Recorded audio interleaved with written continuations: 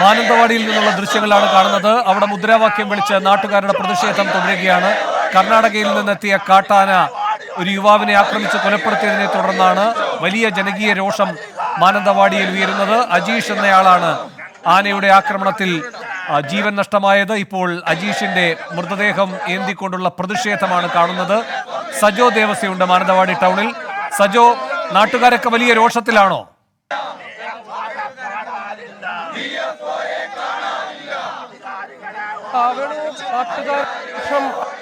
ാണ് കാട്ടാനക്കലയിൽ മനുഷ്യജീവൻ നഷ്ടമായിരിക്കുന്നു, വനം വകുപ്പ് ഇവിടെ എന്ന ചോദ്യമാണ് അവർ ഉന്നയിക്കുന്നത്. ഒരാളുടെ ജീവൻ, ഒരു ചെറുപ്പക്കാരന്റെ ജീവൻ എടുത്തിരിക്കുകയാണ്. ജീവൻ നഷ്ടമായ അജിയുടെ മൃതദേഹവുമായാണ് ഈ മാനന്തവാടി ടൗൺ പൂർണ്ണമായും ഗതാഗതം പൂർണ്ണമായും സ്തംഭിച്ചിരിക്കുകയാണ്. നേരത്തെ ഇങ്ങോട്ടേക്ക് SP ടി നാരായണൻ ഉൾപ്പെടെയുള്ള പോലീസ് സംഘമൊക്കെ എത്തിയിരുന്നു. അവരെല്ലാം തടഞ്ഞ് പൂർണ്ണമായി തോതിലുള്ള ഒരു ജനസാഗരം തന്നെ നഗരത്തിലേക്ക് ഒഴുകിയെത്തി. ഇവിടെ പൂർണ്ണമായും വാഹന ഗതാഗതം ഒക്കെ തടസ്സപ്പെട്ട നിലയിലാണ്. ബസ് ഉൾപ്പെടെയുള്ള എല്ലാ വാഹന ഗതാഗതവും തടസ്സപ്പെട്ടിരിക്കുന്നു. മൃതദേഹവുമായാണ് ആളുകൾ പ്രതിഷേധിക്കുന്നത്. ഇതിൽ വനം വകുപ്പിന്റെ ഭാഗത്ത് നിന്ന് കൃത്യമായ വീഴ്ചയുണ്ടായിട്ടുണ്ട് എന്നതാണ് നാട്ടുകാരുടെ ഒരു പ്രധാനപ്പെട്ട പരാതി. റേഡിയോ കോളർ ഘടിപ്പിച്ച ആനയാണ്. ഇതുമായി ബന്ധപ്പെട്ട സിഗ്നലുകൾ എന്ന് മാത്രമല്ല, തണ്ണീർക്കൊമ്പൻ ഇറങ്ങിയ ഘട്ടം മുതൽ ഇതുമായി ബന്ധപ്പെട്ട വിമർശനങ്ങൾ ഇവിടെയുള്ള ആളുകൾ ഉന്നയിക്കുന്നുണ്ട്. വനം വകുപ്പിന്റെ ഇടപെടൽ കാര്യക്ഷമമല്ല എന്ന വിമർശനം ഉന്നയിക്കുന്നുണ്ട്.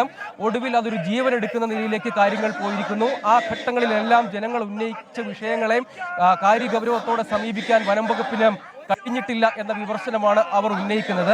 അതൊടുവിൽ വയനാട്ടിൽ പലയിടത്തും വന്യമൃഗങ്ങൾ ഇറങ്ങുന്നുണ്ട്. പക്ഷേ അപ്പോഴും ഒരു ജീവൻ നഷ്ടമാകുന്ന നിലയിലേക്ക് കാര്യങ്ങൾ പോകുന്നു. നേരത്തെ തന്നെ ഈ സംഭവം ഉണ്ടായ പശ്ചാത്തലത്തിലൊക്കെ തന്നെ കർണാടക വനം വകുപ്പുമായി ആശയവിനിമയം നടത്താൻ കഴിഞ്ഞു എന്നൊരു ചോദ്യമുണ്ട്. അതുൾപ്പെടെയുള്ള വിമർശനങ്ങൾ അവർ ഉന്നയിക്കുന്നുണ്ട്. ഈ സിഗ്നൽ ശേഖരിക്കുന്നതുമായി ബന്ധപ്പെട്ട് കൃത്യമായ ആശയവിനിമയം ഉണ്ടായിട്ടുണ്ടോ?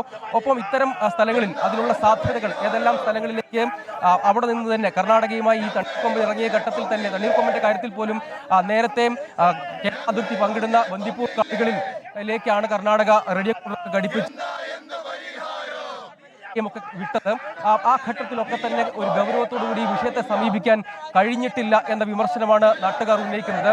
വലിയ തോതിൽ ഈ കൃത്യം മാനന്തവാടി നഗരത്തിന്റെ മധ്യത്തിൽ തന്നെ ഈ മേഖലയിൽ നിന്നുള്ള ആളുകൾ എല്ലാവരും സംഘടിച്ചെത്തി ആ മൃതദേഹവുമായി, നേരത്തെ ആശുപത്രിയിൽ ഉണ്ടായിരുന്ന മൃതദേഹം അവർക്ക് വിട്ടു നൽകി. അതിനുശേഷം ആ മൃതദേഹം ഏറ്റെടുത്തുകൊണ്ടാണ് നഗരത്തിലേക്ക് എത്തിയത്. ആളുകൾ തന്നെ ഏതെങ്കിലും ഒരു സംഘടനയില്ലാതെ പ്രദേശത്തെ ആളുകൾ എല്ലാവരും സംഘടിച്ച് വലിയ തോതിൽ പ്രതിഷേധിക്കുന്നു. അവരുടെ രോഷം പലപ്പോഴും നിയന്ത്രിക്കാൻ പറ്റാത്ത രീതിയിൽ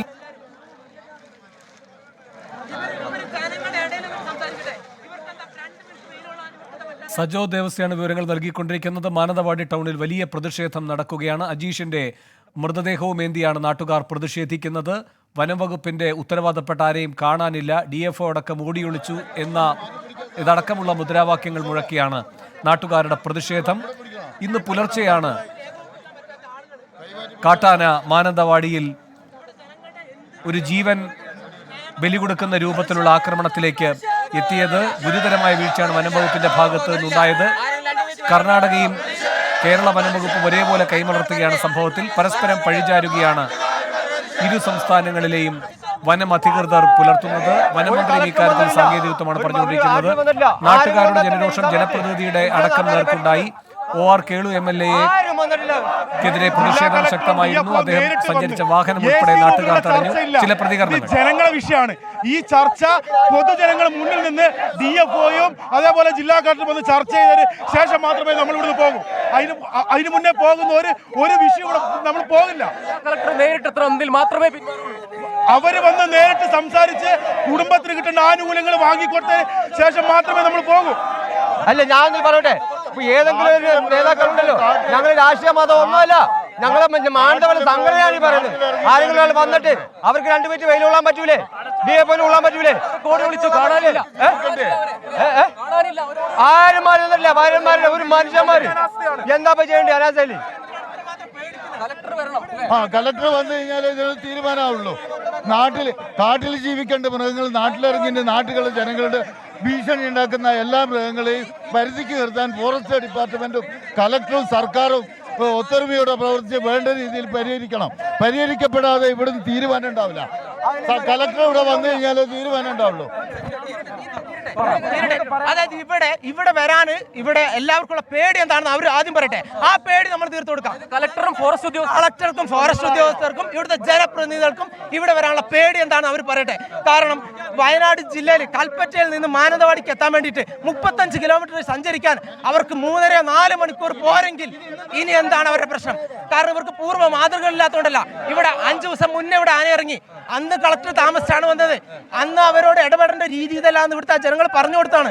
അവർക്ക് എന്നിട്ടും അത് മനസ്സിലാവുന്നില്ലെങ്കിൽ അത് ഇവിടെ കാണിക്കുന്ന ധിക്കാരമാണ്. ഇത് ജനങ്ങളെ ഒരുമാതിരി പരിഹസിക്കുന്നതിന് തുല്യമാണ്. ഇവരെന്താണ് ഏകോപനം നടത്തുന്നവർ? ഈ കളക്ടറുടെ പൊസിഷൻ എന്താണ്? അവരത് മറന്നിട്ടാണല്ലോ ഇവിടെ പ്രവർത്തിക്കുന്നത്. കാരണം ജനങ്ങൾക്ക് വേണ്ടി പ്രവർത്തിക്കാൻ, അല്ലെങ്കിൽ അതായത് ഇവിടുത്തെ ഏകോപനമാണ് അവർ ഉദ്ദേശിക്കുന്നതെങ്കിൽ അതവർ ചെയ്യണ്ടേ? അത് അവർ ഇതുവരെ ചെയ്തിട്ടില്ല. ഇതിപ്പോ ഒരു VIP-യോ മറ്റുള്ളവരോ ആണെങ്കിൽ ഇവിടെ എത്തേണ്ടവർ എത്തുകയും ചെയ്യും, കാര്യങ്ങൾ കൈകാര്യം ചെയ്യുകയും ചെയ്യും. ഇതൊരു സാധാരണക്കാരനായ നമ്മളെപ്പോലത്തെ ഒരു കൃഷിക്കാരനായതുകൊണ്ടാണ് ഇവർ ഇത്രയും കൈകാര്യം ചെയ്യാത്തത്. അപ്പൊ അതിന് നമുക്ക് ശക്തമായ പ്രതിഷേധം നമ്മൾക്കുണ്ടാവും. ആഴ്ചയിലൂടെ നടക്കുന്ന 2ാമത്തെ കാട്ടാനയുടെ ആക്രമണം. തിരുനെല്ലി പഞ്ചായത്തിലെ അർണപ്പാറ കോഴപ്പട്ടി പ്രദേശത്ത് ഒരു കർഷകന് ഓൾറെഡി കാട്ടാനയുടെ ആക്രമണത്തിൽ കൊല്ലപ്പെട്ടു. ഈ കളക്ടർ അറിഞ്ഞിട്ടുണ്ടോ എന്ന് എനിക്കറിയില്ല. ആ വീട്ടിലേക്ക് കളക്ടറിന് വരേണ്ട ഉത്തരവാദിത്തം ഉണ്ടായിരുന്നു, വന്നിട്ടില്ല. ഇത് 2 ആഴ്ചയിൽ നടക്കുന്ന 2ാമത്തെ കാട്ടാനയുടെ കൊലപാതകമാണ്. കളക്ടർ എന്താണ് വയനാട് ജില്ലയുടെ ഉത്തരവാദിത്തം എന്താണ്? ഇവിടെ വന്ന് വിശദീകരിക്കണം.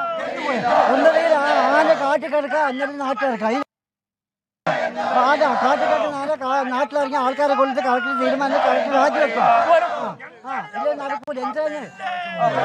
കഴിഞ്ഞ 3 ആഴ്ച മുമ്പ് ഇതുമായി ബന്ധപ്പെട്ട് പയ്യമ്പള്ളിക്കടുത്ത് ഒരു കടുവ ഇറങ്ങി. ആ കടുവയെ പിടിക്കാനോ ആ കടുവയ്ക്ക് ഒരു കൂട് വെക്കാനോ വനം വകുപ്പിന് സാധിച്ചില്ല. അത് കൂടാതെ തന്നെ ഈ 2 ആഴ്ചക്കകം മാനന്തവാടിയിൽ 2ാമത്തെ ആനയാണ് ഇറങ്ങുന്നത്. വേറൊന്നും കൂടെ സൂചിപ്പിക്കാനുള്ളത്, കഴിഞ്ഞ 2 മാസത്തിനിടയിൽ ഏകദേശം 3-4 പ്രാവശ്യമായിട്ട് ഇപ്പോൾ വയനാട് ജില്ലയിലെ ആനകൾ ജനവാസ കേന്ദ്രത്തിലേക്ക് ഇറങ്ങിക്കഴിഞ്ഞു. ഒരു കടുവ വന്നു ഒരു പാവപ്പെട്ടൊരു പയ്യനെ ആക്രമിച്ച് കൊലപ്പെടുത്തി.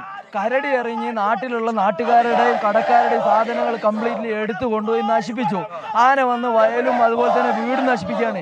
എവിടെ വനം വകുപ്പ് മന്ത്രി ഈ ദിവസം വരെയും എന്താക്കിയിട്ടില്ല? നമ്മുടെ നാട്ടിൽ വരുമോ, നമ്മുടെ ജനങ്ങളുടെ പ്രശ്നങ്ങൾ പഠിക്കുകയോ അതുമായി ബന്ധപ്പെട്ട് എന്തെങ്കിലും ഒരു കാര്യത്തിന് വേണ്ട നടപടികൾ സ്വീകരിക്കുകയോ ചെയ്തില്ല. എവിടെ വനം വകുപ്പ് മന്ത്രി? ആദ്യത്തെ ചോദ്യം, എവിടെ വനം വകുപ്പ് മന്ത്രി? വനം വകുപ്പ് മന്ത്രി കേരളത്തിന്റെ വയനാടിന്റെ ചാർജുള്ള വനം വകുപ്പ് മന്ത്രി ഈ നിമിഷം വരെയും ഈ നേരം വരെയും ഈ നാട്ടിൽ വരുമോ? വയനാട്ടിൽ ഈ കടുവ ആക്രമിച്ച് കൊലപ്പെടുത്തിയ വ്യക്തിയുടെ വീട്ടിൽ വരെ ഈ നേരം വരെ എന്താക്കിയിട്ടില്ല? വനംവകുപ്പ് മന്ത്രി പോയിട്ടില്ല. അത് കൂടാതെ തന്നെ ഇപ്പൊ കഴിഞ്ഞ ആഴ്ച മാനന്തവാടി ടൗണിൽ ആന ഇറങ്ങി ഇവിടെയുള്ള വ്യാപാരികളെ മുഴുവനും അടപ്പിച്ചു. എന്ത് കാര്യത്തിന്? ആ ആനയെ എങ്ങനെ കൊണ്ടുപോയത്? എത്ര സമയത്തിനുള്ളിൽ കൊണ്ടുപോയത്? രാത്രിയെ കൊണ്ടുപോയത്. ജനങ്ങളെ ബുദ്ധിമുട്ടിക്കുന്ന രീതിയിലുള്ള ഇത്തരം നടപടികൾക്കെതിരെ ശക്തമായ പ്രതിഷേധം എന്ന രീതിയിലാണ് ഇന്നിവിടെ കാണുന്ന പ്രക്ഷോഭം.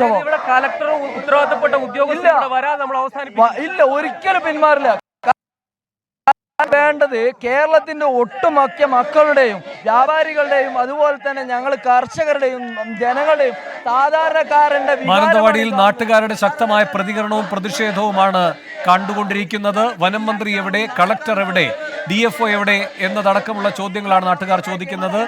ഇത്ര നേരമായിട്ടും കളക്ടർ ആ ഭാഗത്തേക്ക് തിരിഞ്ഞു നോക്കിയിട്ടില്ല. നേരത്തെയും സമാനമായ വന്യമൃഗാക്രമണത്തിൽ ജീവൻ നഷ്ടപ്പെട്ടു. അതിന്റെ ഇരകളുടെ വീട് സന്ദർശിക്കാൻ പോലും വനമന്ത്രിക്ക് സമയമുണ്ടായില്ല എന്നതടക്കമുള്ള ഗുരുതരമായ ആരോപണങ്ങളുമായി മാനന്തവാടി ടൗണിൽ ജനങ്ങൾ സംഘടിച്ചിരിക്കുന്നു. റോഡിൽ കുത്തിയിരുന്ന് അജീഷിന്റെ മൃതദേഹവുമായുള്ള പ്രതിഷേധം തുടരുകയാണ്.